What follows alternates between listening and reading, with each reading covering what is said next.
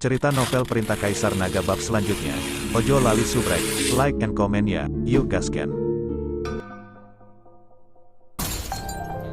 Oke, berhentilah membuat masalah, kalian berdua harus bergegas dan berlatih. Jika tidak, dengan kekuatanmu, tidak mungkin kalian bisa aktif di dunia surga dan manusia. Keluarga Gao masih aman sekarang, ayo cepat berlatih. Aku punya beberapa buah guntur langit di sini, dan aku akan memberikan kalian masing-masing, yang mungkin akan banyak meningkatkan kalian berdua. Seperti yang dikatakan Chen Ping, dia mengeluarkan 2 buah guntur langit dan memberikannya kepada mereka. Buah guntur langit, bukankah ini hanya ditemukan di pohon guntur langit milik Raja Lang Petir? Bagaimana tuannya mendapatkan buah guntur langit? Raja-Raja Wali Guntur menganggap buah guntur langit ini sebagai harta karun. Huo Feng berkata dengan heran, "Kamu tahu Tian Lei Guo?" Chen Ping sedikit terkejut, bagaimana Huo Feng tahu tentang Tian Lei Guo? Tuan lupa, saya awalnya dari dunia surga dan manusia, tetapi kemudian saya melakukan kesalahan dan terlempar ke dunia sekuler. Tentu saja saya tahu buah guntur langit. Huo Feng menjelaskan kepada Chen Ping, baru pada saat itulah Chen Ping tiba-tiba menyadari. Jadi dia berkata, saya mengambil beberapa secara diam-diam saat Raja-Raja Wali Petir pergi. Hal-hal ini sangat sulit untuk dipilih. Huo Feng, apa yang dikatakan Chen Ping benar, kita berdua harus bergegas dan berlatih. Kalau tidak kita akan menyeretnya ke bawah jika kita bersama Chen Ping dengan kekuatan kita.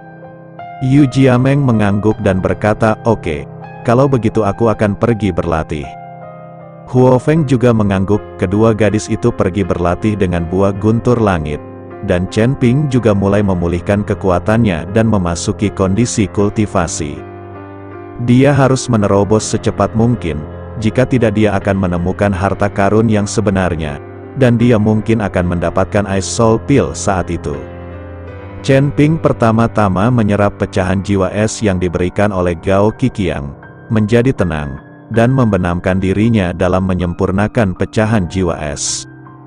Chen Ping menyerap pecahan jiwa es dengan sangat cepat, jadi proses pemurniannya tidak akan lama. Saat Chen Ping sedang berlatih, ratusan mil jauhnya dari rumah Gao, gunung es yang menjulang tinggi runtuh. Dan di tempat yang runtuh, sebuah pintu emas terbuka, dan pintu itu penuh dengan rune, memancarkan suasana yang aneh. Tepat di depan gerbang ini, banyak biksu berkumpul. Ini pasti tempat harta karun yang sebenarnya. Tidak mungkin salah. Apakah kamu tidak melihat celah di plakat giok di gerbang? Hanya mengandalkan nafas ini, itu pasti tempat harta karun. Siapa yang mengira tanah harta karun ini sebenarnya berada di bawah seluruh gunung es? Jika gunung es tidak runtuh, tidak mungkin menemukan harta karun ini. Semua orang membicarakannya, hanya saja karena gerbangnya terkurung oleh lingkaran sihir. Hanya kuncinya yang bisa membukanya, dan kunci itu adalah kartu giok. Saya memiliki kunci untuk membuka harta karun di sini. Saya ingin tahu apakah ada rekan Tao yang mau bekerja sama dengan saya. Pada saat ini, seorang biksu kelas 5 dari badan komposit berkata dengan lantang. Dan orang ini adalah Yuan Bao, yang diselamatkan oleh Chen Ping. Orang ini juga memiliki tablet giok di tangannya, yang dikatakan sebagai kunci harta karun itu. Ketika mereka mendengar bahwa Yuan Bao memiliki kunci untuk membuka harta karun di tangannya, mereka semua mengelilinginya. Karena tadi banyak orang mencoba menerobos gerbang harta karun dengan paksa, tetapi semuanya gagal. Jadi ketika mereka mendengar bahwa Yuan Bao memiliki kunci di tangannya, mereka semua mengepungnya. Keluar dari sini tepat ketika kerumunan mengepung Yuan Bao, mereka tiba-tiba berteriak keras, langsung membangkitkan ketidakpuasan penonton. Semua orang buru-buru melihat dan menemukan 5 orang mengenakan gaun hitam dengan tanda emas gelap di lengan baju mereka berjalan mendekat. Melihat kelima orang ini, para biksu yang awalnya tidak puas semuanya berpencar ke sekitarnya dalam sekejap.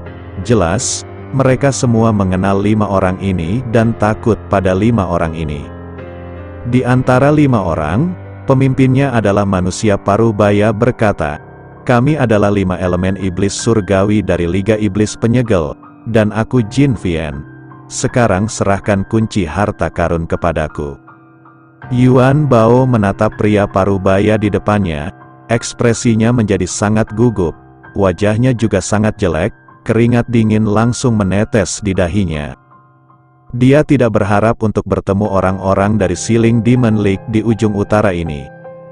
Aliansi sihir ini adalah sebuah organisasi, dan anggota organisasi tersebar di seluruh dunia surga dan manusia.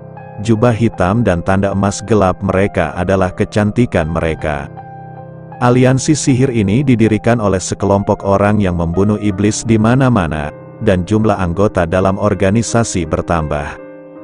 Dengan semakin kuatnya Liga Iblis tersegel, banyak biksu menghindari anggota Liga Iblis tersegel saat mereka melihatnya. Mungkin orang-orang ini akan mencap Anda sebagai kultivator setan dan membawa Anda pergi. Yuan Bao juga sangat takut dengan anggota Liga Iblis ini, tapi dia masih sedikit tidak mau menyerahkan kunci harta karun yang akhirnya dia dapatkan dengan sia-sia. Melihat keraguan-raguan Yuan Bao, Jinsa sedikit mengernyit dan berkata, "Apa kamu tidak ingin menyerahkannya?" Yuan Bao berada dalam dilema, tetapi menghadapi orang-orang Feng Momeng, dia sama sekali bukan tandingan, dan jika pihak lain merampoknya, dia tidak akan melakukan apa-apa. Tepat ketika Yuan Bao tidak punya pilihan selain mengeluarkan kunci harta karun, sebuah suara dingin datang. Orang-orang dari Siling Demon League benar-benar tak tahu malu. Apakah ini perampokan di siang bolong? Saat dia berbicara, seorang pemuda berjalan perlahan, diikuti oleh beberapa lelaki tua. Pemuda ini adalah Gao Qisheng, putra kedua dari keluarga Gao.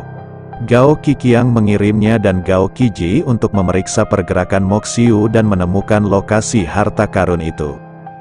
Ketika Jinsa melihat Gao Qisheng, dia sedikit mengernyit dan berkata, "Siapa kamu? Beraninya kamu mengatakan itu tentang Liga Iblis tersegel kita? Apakah kamu ingin hidup?" "Aku tidak ingin hidup lagi. Jadi apa yang bisa kamu lakukan?" Gao Qisheng mendengus dingin, lalu menatap Yuan Bao dan berkata, "Teman Dai, saya Gao Qisheng, putra kedua dari keluarga Gao. Saya tidak menginginkan kunci Anda. Saya hanya berharap Anda dapat bekerja sama dengan keluarga Gao saya. Bagaimana tentang kita menjelajahi harta karun ini bersama? Kamu harus tahu bahwa keluarga Gao kami adalah yang terkuat di ujung utara ini, dan sebaiknya bekerja sama dengan kami." Ketika mereka mendengar bahwa itu dari keluarga Gao, banyak orang membicarakannya. Tapi Yuan Bao sangat gembira, dan mengangguk dengan cepat. "Anda harus tahu bahwa keluarga Gao sangat kuat di ujung utara, dan mereka dapat bekerja sama satu sama lain. Tapi anggota Liga Iblis ini ingin mengambil kuncinya secara langsung. Sebaliknya, lebih tepat bekerja sama dengan keluarga Gao.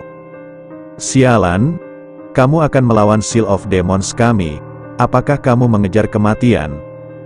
Bagaimana dengan keluarga Gao Anda? Jika Anda meninggalkan ujung utara, keluarga Gao Anda tidak ada apa-apanya." Jinsa berkata dengan marah, "Kamu berani memarahi keluarga Gao kami, mendekati kematian."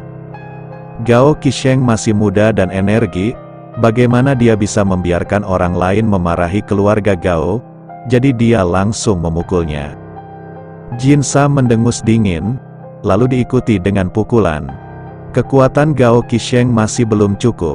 Di bawah pukulan ini, tubuhnya mundur lagi dan lagi, sampai dia ditopang oleh orang tua yang dia bawa. Dia tidak jatuh ke tanah. "Dengan kemampuan kecil ini, kamu berani merajalela? Segera keluar, atau jangan salahkan aku karena tidak sopan." Jinsa mengancam Gao Qisheng, penatua kedua. "Pukul mereka untukku. Beraninya kau menyombongkan diri saat mencapai ujung utara? Pernahkah kau mendengar bahwa naga yang kuat tidak mengalahkan ular lokal?" Dengan lambaian tangan Gao Qisheng, biarkan tetua kedua yang membawanya mengambil tindakan. Dia benar-benar tidak bisa mengalahkan Jinsa ini. Tetua kedua mengangguk, melompat, dan berada di udara dalam sekejap, lalu meninju. Pukulan ini membawa udara dingin yang tak ada habisnya, langsung membekukan udara di sekitarnya, berubah menjadi kepingan salju yang berjatuhan. Melihat ini, Jinsa meraihnya dengan punggung tangannya, dan sebuah pedang panjang muncul di tangannya, dan kemudian cahaya pedang yang tajam membubung ke langit. Cahaya pedang menembus kepingan salju, langsung mengalahkan udara dingin. Vian surgawi 5 elemen, Sword Maniac Golden Vian benar-benar sesuai dengan reputasinya. Tetua kedua perlahan jatuh, menatap Jinsa dan berkata, "Karena kamu mengenalku, cepatlah dan keluar." Jinsa mencibir, "Aku hanya mendengarkan namanya. Aku belum pernah melihatnya sebelumnya, dan aku bisa melihatnya ketika aku masuk. Aku ingin melihat apakah kamu tidak sia-sia." Wajah tetua kedua sedingin es. "Oke. Karena kamu ingin tahu apakah reputasiku sebagai orang gila pedang sia-sia, maka aku akan memberitahumu." Setelah Jinsa selesai berbicara, dia melambaikan pedang panjang di tangannya, dan sekuntum bunga pedang segera muncul. Segera setelah itu, kehampaan di sekitarnya bergetar. Pedang panjang hanyalah gelombang sederhana, tetapi dalam kehampaan, itu langsung berubah menjadi ribuan bilah pedang. Kemudian bilah-bilah ini melesat keluar, seperti kuda liar yang berlari kencang, dengan gila-gilaan menuju tetua kedua. Jika hanya kemampuan kecil ini, itu menghina disebut orang gila pedang. Penatua kedua mendengus dingin, dan rasa dingin putih tiba-tiba muncul di sekujur tubuhnya, membentuk penghalang pelindung. Pada saat yang sama, pukulan lain dilemparkan, dan kehampaan meledak dalam sekejap. Di bawah pukulan yang mengerikan ini, ribuan bilah pedang berubah menjadi kehampaan. Melihat ini, penatua kedua mengangkat mulutnya dengan bangga. Tetapi ketika sudut mulut tetua kedua terangkat sedikit, dia merasakan hawa dingin di sekelilingnya seolah ditusuk oleh sesuatu, dan penghalang pelindung menghilang dengan kecepatan yang terlihat dengan mata telanjang. "Apakah kamu benar-benar berpikir bahwa reputasiku sebagai orang gila pedang diperoleh dengan sia-sia?" Jinsa tampak menghina, dan wajah puas diri tetua kedua langsung diselimuti awan. Ilmu pedang Jinsa ini benar-benar aneh. Tetua kedua bahkan tidak menyadari ketika bilahnya baru saja mendekatinya, dan penghalang pelindung tubuhnya juga rusak. "Keterampilan pedangmu sangat bagus, tapi kamu pikir aku takut padamu seperti ini?" Dan tetua itu berteriak dengan keras, dan tiba-tiba bergegas menuju Jinsa. Di telapak tetua kedua, sejumlah besar udara dingin melayang, dan kekuatan spiritual yang keras bercampur dengan udara dingin, menyebabkan ruang di sekitarnya langsung membeku. Melihat ini, orang-orang di sekitar lari satu demi satu, mereka mungkin akan membeku menjadi patung es sebentar lagi. Udara kental mulai membentuk dinding es di udara, dan dinding es ini dengan cepat dikelilingi oleh Jinsa. Ketika Jinsa melihat ini, pedang panjang di tangannya langsung melambaikan gelombang panas. "Aku tidak berniat bertarung sampai mati dengan keluarga Gaomu, jadi aku juga berharap keluarga Gaomu akan berhenti. Jika kita berdua kalah, maka harta ini akan lebih murah untuk orang lain." Jinsa melihat tetua kedua benar-benar bermain, jadi dia berkata dengan keras. Jinsa takut akan ada konflik dengan keluarga Gao, dan pada akhirnya kedua belah pihak akan menderita. Saat yang disebut Senipe dan Kerang saling bertarung, nelayan diuntungkan. Ini di ujung utara, di wilayah keluarga Gao. Apakah kamu ingin kami berhenti? Tetua kedua tidak berhenti berkelahi sama sekali, dan meninju ke arah Jinsa. Udara dingin membuat banyak hal membeku seketika. "Kalian, jangan hanya melihat-lihat, lakukan." Jinsa tidak ingin mengikuti tetua kedua untuk terus bertarung seperti ini. Pada akhirnya, kedua belah pihak akan terluka, jadi apa gunanya? Mereka datang bukan untuk menghancurkan keluarga Gao, tapi untuk menemukan harta karun. Ketika kayu, air, api, dan bumi mendengar teriakan Jinsa, mereka segera bergerak, yang langsung membuat tetua kedua berada dalam posisi yang tidak menguntungkan. Melihat ini, Gao Qisheng membawa seluruh keluarga Gao dan memulai perkelahian. Semua orang lari jauh, karena takut itu akan mempengaruhi diri mereka sendiri. Untuk sesaat, pemandangan menjadi kacau, dan berbagai kekuatan bertabrakan. Namun, orang-orang yang dibawa oleh Gao Qisheng, kecuali kekuatan tetua kedua, yang lain bukan tandingan 5 elemen iblis surgawi. Setelah beberapa menit pertempuran, keluarga Gao jelas mulai dirugikan. Hanya penatua kedua yang bertahan. Jika mereka semua jatuh, mungkin Feng Momeng benar-benar berani membunuh mereka. Kamu tunggu, di ujung utara, aku tidak akan pernah diganggu. Dari sudut pandang Gao Qisheng, kekuatannya sendiri tidak cukup baik, dan dia tidak bisa mengalahkan iblis surgawi 5 elemen sama sekali. Gao Qisheng melarikan diri karena malu dengan keluarga Gao. Hei, jangan lari jika kamu memiliki kemampuan. Jinsa meludah dengan keras, lalu memandang orang-orang di sekitarnya dan berkata, apakah ada di antara kalian yang tidak yakin? Semua orang menundukkan kepala. Beraninya mereka mengatakan tidak.